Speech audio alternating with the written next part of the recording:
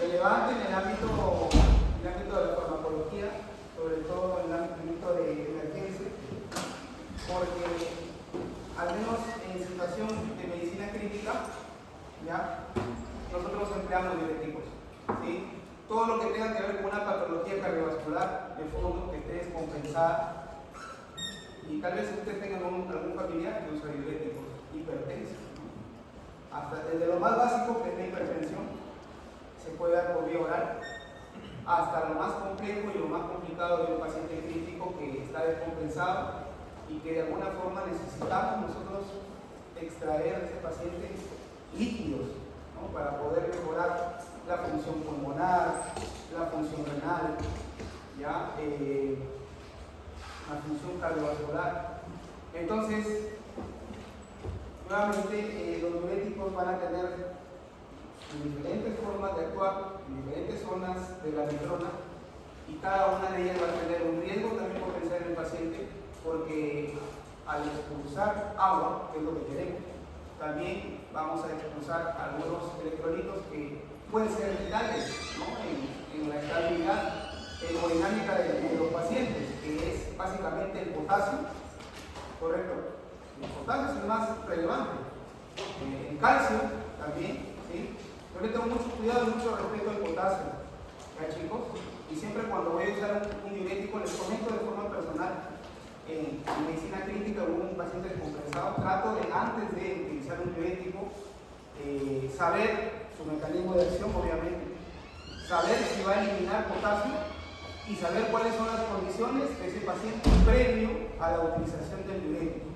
Entonces, hay un examen que seguramente por ahí lo han escuchado y lo van a ver más adelante en la carrera, que es el ABA, que es análisis de gases arteriales, ¿correcto? Entonces, en este análisis nosotros vamos a tener en cuenta diferentes parámetros, ¿no? Vamos a ver cómo está el pH del paciente a nivel sanguíneo, vamos a ver cómo está la oxigenación del paciente a nivel arterial, ¿no? Ahí vemos esa parte. Vamos a ver también cómo está el patrón ventilatorio con respecto a los gases, ¿no? Si está en alcalosis, si está en acidosis. Y el tema importante, aparte también de la hemoglobina, que es no tan confiable como otros exámenes, como el ecograma completo. Los diuréticos, ¿no? Vamos a ver ahí el sodio, ¿sí? Valores de sodio, valores de cloro, valores de calcio y valores de potasio. Entonces, importante saber de que el potasio tiene un valor en concreto. No sé si alguno sabe el valor del potasio. ¿Lo ha leído?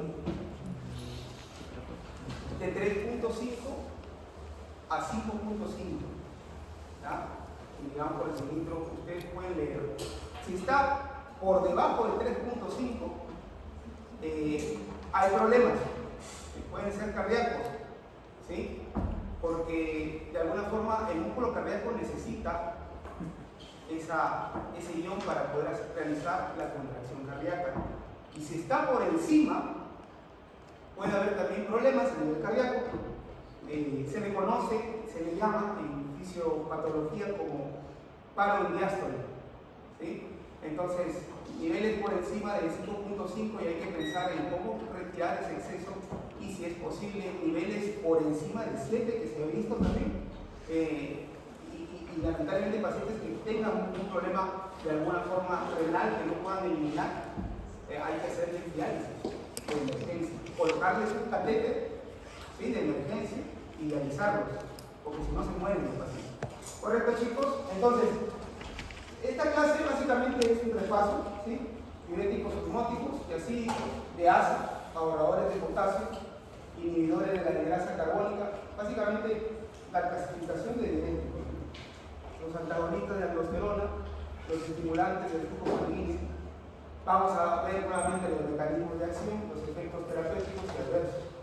El objetivo de esta clase es describir y analizar la fisiología renal y el equilibrio del medio interno, y señalar las características farmacológicas de los diuréticos, comprender su importancia como herramienta terapéutica a nivel cardiovascular y renal, ¿no?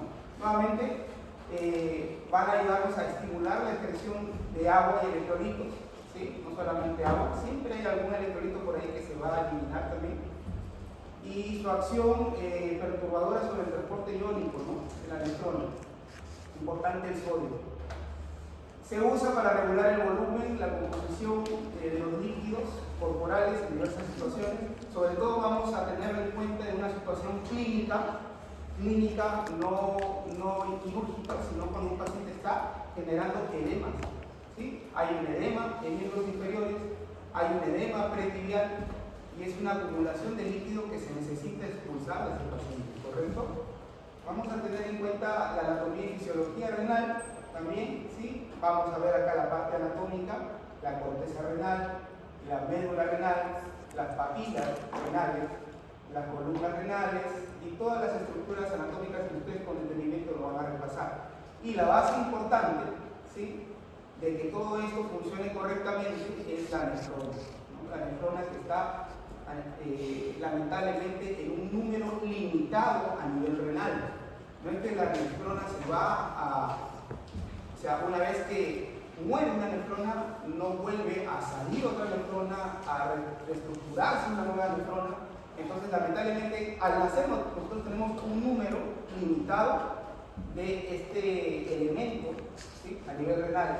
Y es por eso que todos, lamentablemente, todos, hombres y mujeres, tenemos la condición de que al transcurrir la edad vamos a llegar a un grado de insuficiencia renal, ¿correcto? Todos. Así nos cuidamos mucho, hagamos mucho deporte, siempre va a haber un deterioro de la nefrona, una muerte de la nefrona, no va a haber una reestructuración de una nueva nefrona y vamos a tener un cierto grado de insuficiencia renal, ¿sí? Algunos leves, algunos moderadas, algunos ya severas, y esos comportamientos van a ser dados principalmente por los estilos de vida, ¿no? Consumo mucho en sal, hipertensión, alcohol, ¿no? Entonces ya tenemos ahí un riñón que se está deteriorando más rápido, obesidad, lamentablemente, ¿correcto?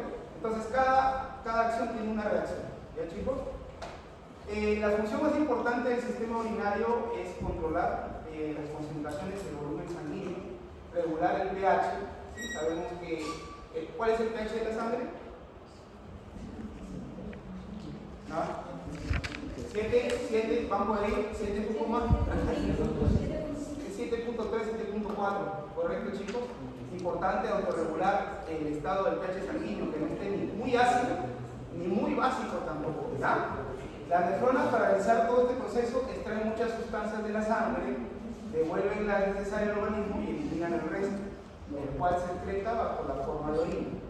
La formación de esta orina comprende las 3 etapas, que es la filtración glomerular, la reabsorción tubular, la secreción tubular y la excreción, ¿correcto?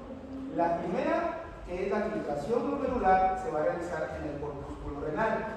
Las otras dos se llevan a cabo en lo largo del túbulo renal, ¿no?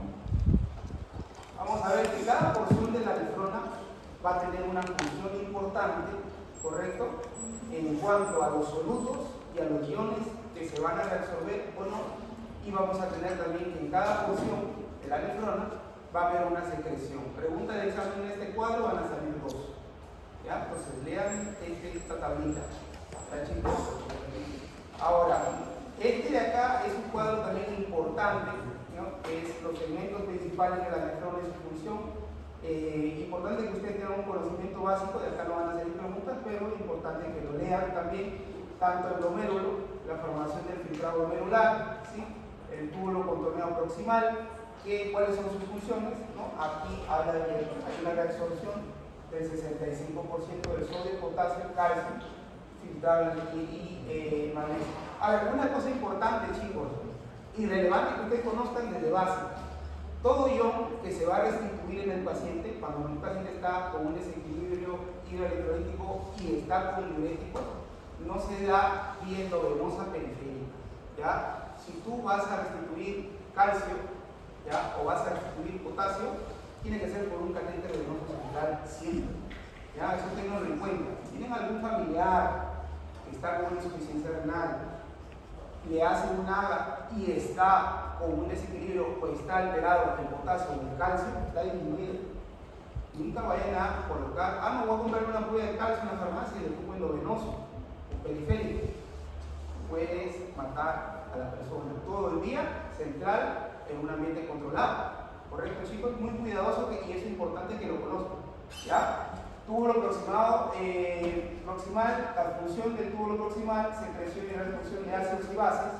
¿Sí? La permeabilidad del agua, importante que ustedes conozcan, los transportadores. Y cada una de las porciones, ¿no? Vamos a tener acá la porción descendente de la Henle, la absorción pasiva de agua, porción ascendente, gruesa. Es muy importante esta porción porque acá va todo el grupo farmacológico relevante, ustedes ya seguramente lo conocen. ¿Cómo se llama? Un fármaco bien conocido. Muy bien. Hay que leerlo, ¿ya, chicos? Hay que leerlo. Túbulo contorneado distal y túbulo colector cortical. ¿Correcto? Indicación de la función renal. ¿Cómo vamos a nosotros a medir la función renal? ¿No? Aparte del ADA, el examen que se le pide a un paciente para ver el estado renal del paciente es el famoso glucosa, urea y creatinina, pero básicamente la creatinina, ¿no? Porque tenemos que la creatinina y la urea va a ser un indicador realmente de la homeostasis del riñón, ¿no? Y con el valor de la creatinina, ¿no? ¿Algunos saben el valor de la creatinina? Todavía no lo conocen, ¿verdad? Menos de 3. Está entre 0,9 a 1,5, ¿correcto? El valor de la creatinina normal. Entonces, con ese valor nosotros vamos a hacer una conversión o vamos a colocarlo se podría decir, en una fórmula, ¿sí? Yo no tengo la fórmula acá, pero hay diferentes fórmulas para calcular la tasa del filtrado glomerular. ¿Ya, chicos? Hay por si es hombre, si es mujer, hay una fórmula que habla si es africano, si es blanco, si es latino, y hay otra fórmula en la cual que yo les recomiendo que descarguen por internet, ¿sí? En la cual simplemente colocas la creatinina y te arroja el resultado de tu tasa de filtrado glomerular. Hay un software que yo lo tenía, ya no lo tengo, pero es gratuito, ¿ah? Tasa de filtrado glomerular, fórmula, ahí en el iPhone o en el Android. Lo saca rápido, ¿verdad? Entonces vamos a tener que la función renal va a estar dada y va a ser autorregulada siempre, ¿sí? Entre la reabsorción de líquidos y electrolitos para que no se genere edemas en los tejidos, ¿no? Como se ocasionan los edemas en enfermedades como la insuficiencia cardíaca congestiva, ¿no? Insuficiencia cardíaca congestiva, corazón grande, sobre todo ventricular, hay lamentablemente un aumento de líquido en el tercer espacio y los pacientes comienzan a hincharse las piernas, generalmente, ¿ya? Síndrome nefrótico, en el cual hay una pérdida excesiva de proteína y hay también un síndrome también de glucosa que está en este tipo, ¿ya? Clasificación de los diuréticos, básicamente un cuadrito conciso. Inhibidores reversibles de la lipasa carbónica, el tubo proximal, asa de Henle, ya les estaba hablando ahí por ahí, alguien mencionó la furosemida, muy bien, repasó, túbulo distal, los tiacídicos, el túbulo conductor cortical, el quinolactona, hay que tener mucho cuidado con ya vamos a hablar por qué, vamos a tener cuidado con la quinolactona y el túbulo colector medular, los bactanes, ya que particularmente yo los conozco por literatura, no los he usado, pero está acá en la literatura. Entonces, de máxima eficacia, ¿cuáles son los que te van a hacer orinar más? ¿Cuáles son los que te van a ayudar más? Los diuréticos de asa en una emergencia, ¿ya? Rama ascendente gruesa del asa de Henle es la porción donde actúa la furosemida y es la que se va a dar, ¿correcto? ¿Cómo será la aplicación de la furosemida en un ámbito controlado clínico? Nosotros vamos a titular a la furosemida, ¿ya? Y les voy a mencionar a grosso modo cómo yo lo hago y cómo algunos doctores lo hacen. 8 ampollas de furosemida, 8 ampollas de furosemida en 100 mililitros de cloruro, vamos titulando, ¿sí? O una bomba de perfusión y vamos viendo si el paciente va a orinar o no va a orinar por hora, ¿correcto? Y si alcanza la homeostasis de un número concentrado de 0 mililitros hora, nosotros vamos a bajar esa dosis de la furosemida, ¿correcto? Tenemos también ahí de eficacia media los diuréticos tiacídicos, principal importancia en la hipertensión arterial, ¿sí? ¿sí? Por eso nuevamente les repito, tenía que mencionar esto. Y de eficacia ligera, ahorradores de potasio, correcto, quinolactona. Vamos a tener también algunos como el mannitol, que va a ayudarnos principalmente en un tema netamente neuroquirúrgico, en edema, ¿sí? Y otros también en el tubo conector proximal. Diuréticos que actúan directamente sobre las células de la nefrona, rama ascendente del asa de Henle, túbulo distal inicial, túbulo y conductos colectores. Vamos a tener los diuréticos de asa, ¿sí? Es el diurético nuevamente más efectivo, puede inducir la detección del 15 al 25% del sodio infiltrado, principal representante de la furosemida. Actúa fundamentalmente en la porción gruesa, rama ascendente, donde inhiben el transporte del sodio, potasio y cloro. ¿Correcto, chicos? La membrana luminal, al combinarse con el sitio de unión, el cloro. De igual modo, los diuréticos de asa presentan un efecto vasodilatador poco conocido, ¿sí? Así que en el ámbito de la presión arterial, vamos a tener que va a tener un efecto, obviamente, en decrecer la presión arterial, porque todo diurético hace que la presión arterial baje, pero no va a ser un efecto muy marcado, ¿correcto? Eso es lo que se trata de explicar acá. Diurético del asa, segmento grueso de la rama del asa de Henle, efecto máximo de carga, porcentaje de filtrado de sodio, 20 al 25%, se usa en edemas, insuficiencia cardíaca, cirrosis, síndrome nefrótico, hipercalcemia, hipertensión, ¿correcto? Vamos a tener también un uso obligado, ¿correcto? En edema pulmonar, estas son la semivida, la dosificación y la duración del efecto. Estos lo mencionan también aquí en el cuadro, ya lo van a repasar, que también son diuréticos de asa. Hay que tener cuidado, ¿por qué? Porque si mucho lo haces orinar, ¿qué pasa? Povolemia, ¿no? Entonces, tienes que saber graduar cuánto le vas a colocar del diurético, ¿no? El cuerpo humano es tan delicado, ¿sí?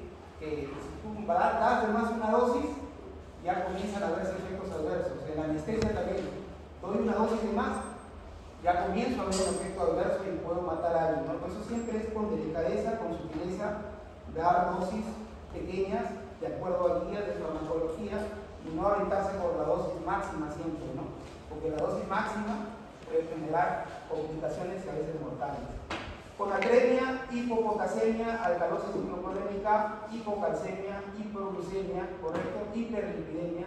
Los diuréticos de asa se utilizan de forma cautelosa, ya junto con restricción de sal en la dieta, y a menudo acompañan de este tipo de diuréticos. Particularmente diuréticos en un paciente hipertenso y no lo doy. Tengo mucho cuidado con los diuréticos, perdón, la furosemida. Yo no doy furosemida, ¿correcto? Edema pulmonar agudo, como les había hablado, cuadro lo he visto varias veces. Pacientes salen del cuadro de edema pulmonar agudo, gracias a Dios, por la eliminación del líquido a nivel pulmonar, urinario, por furosemida. Diuréticos que actúan en el túbulo distal, las tiacídicas, los tiacídicos son menos efectivos que los diuréticos de asa, son un poquito más cautelosos, y se prefieren para tratamiento de la hipertensión no complicada. Estos sí se dan en hipertensión, ¿sí? Se receta. Como médicos generales, cuando hablan su serum, Dios mediante, en algún momento le va a venir un paciente con edema, hipertenso no controlado, van a tener que recetar un tiacídico, ¿ya? Se une al sitio del cloro del sistema cotransportador sodio y calcio del túbulo distal, inhibe absorción y provoca una natriuresis con pérdida de sodio, potasio en la orina, reducción de la excreción del calcio. Pero hay que tener cuidado acá con el potasio, ¿ya?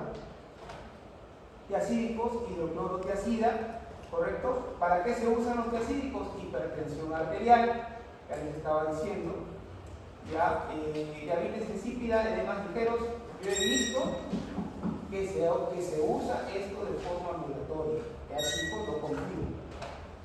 Hiponatremia, hipopotasemia, alcalosis hipoclorémica, hipopalmecemia. Hay que tener cuidado con el magnesio también, ya. Pérez Alvela tiene razón.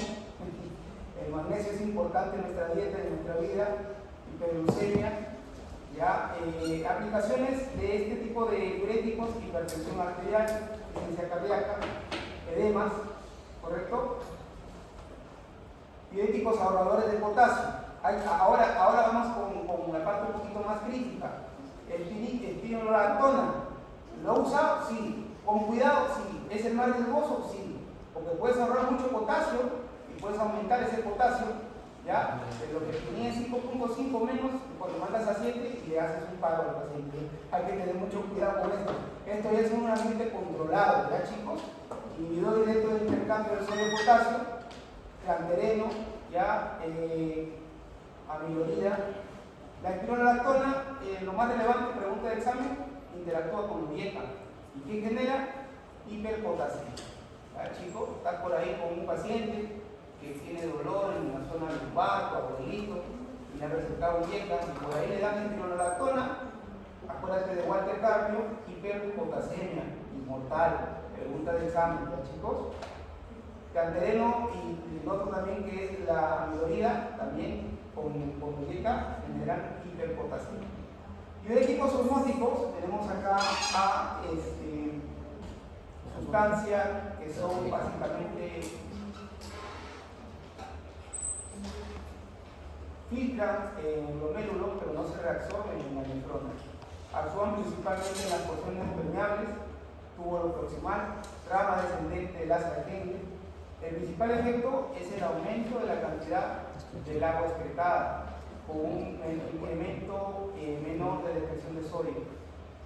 Aumenta la volemia, el mannitol va a aumentar la volemia, va a aumentar la regresis, va a disminuir la presión intracraneal y va a disminuir la presión intraocular.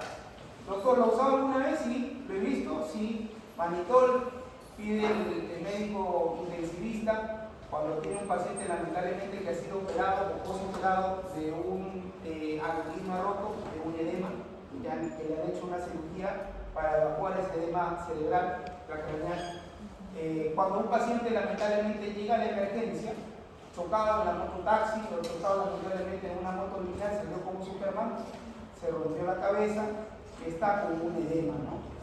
Entonces, no quieres que se enclave el paciente, ¿no? No quieres que ese edema haga que el bulbo se enclave y que haga paro y que el paciente ya no responda. Entonces ahí tienes que usar mannitol.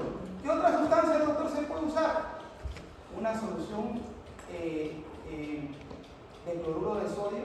Hipertónico. El mannitol también es hipertónico, mantiene el volumen, es inerte, no funciona y baja la... Correcto, ¿cuál es tu apellido? David. Tú eres de práctica, ¿no? Muy bien, muy bien. Solución hipertónica. Diuréticos osmóticos, ¿ya? Es un azúcar. Es un azúcar. Perfusión intravenosa, hay que tener también mucho cuidado con el mannitol, ¿sí? Hay que saber hasta cuándo lo vas a dar el mannitol, ¿sí? Para haber un filtrado directamente en el glomérulo. Obviamente que tú vas a dar mannitol cuando el paciente está siendo sometido a una cirugía quirúrgica y ya abrieron la parte cerebral, ¿sí? Y ves prácticamente el cerebro, ¿no? Como anestesiólogo tú lo estás viendo y cómo lo están operando. Y ahí ya puedes dar mannitol. Por ver cómo se encoge el cerebro, se reduce, ¿sí?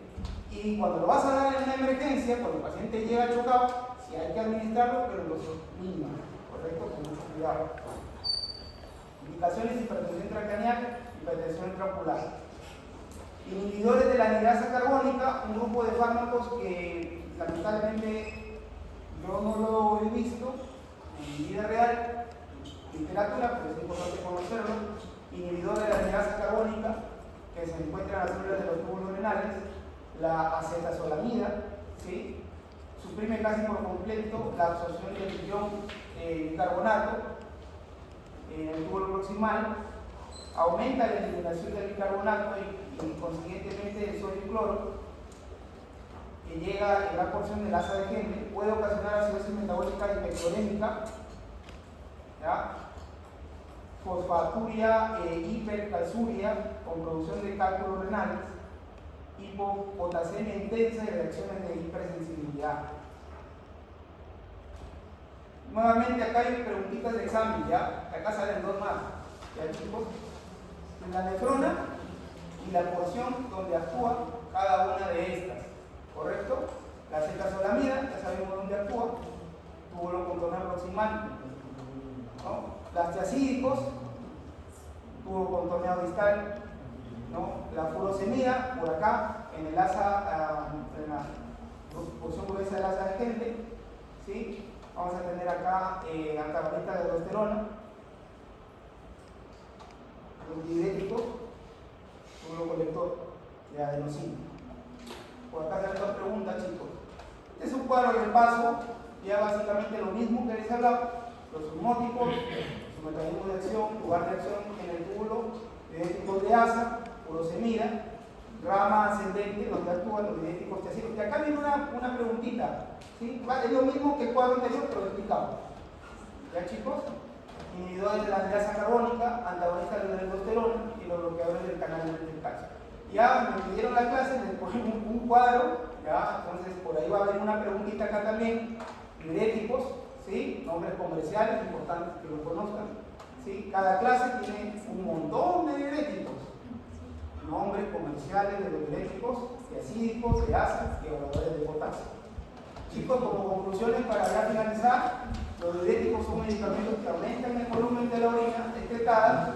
La mayoría de los diuréticos son inhibidores de los transportadores de iones a nivel renal, sodio, en diferentes partes de la nefrona, y la eficacia de los diuréticos y de las diferentes clases varía en la secreción del sodio.